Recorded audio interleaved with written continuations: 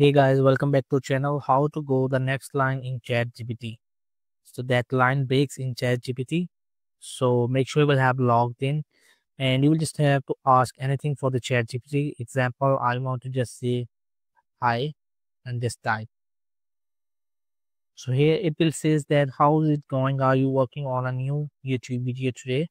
So we will just have to again just type for the hi and just hold shift and just 1 2 3 times enter and just again type for hi my friend and just type. So here as you can see in this way you will just have to break the line or to go to the next line. For example, you just shift hold and just enter 1 2 3 4 5 times. So in this way you will just have to go to the next line in ChatGPT easily. Thank you so much for watching and don't forget to like and subscribe my channel.